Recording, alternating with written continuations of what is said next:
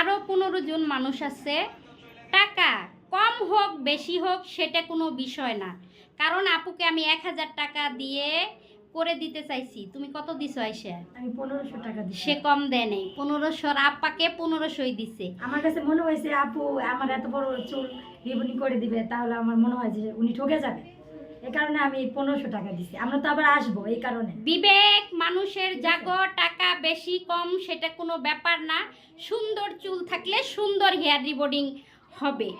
তুমি যদি ওই বাঁশপাতার মতো চুল নিয়ে এসে বলো যে আমাকে কেন 1500 টাকায় পচা করে দিয়েছে, তাহলে হবে না।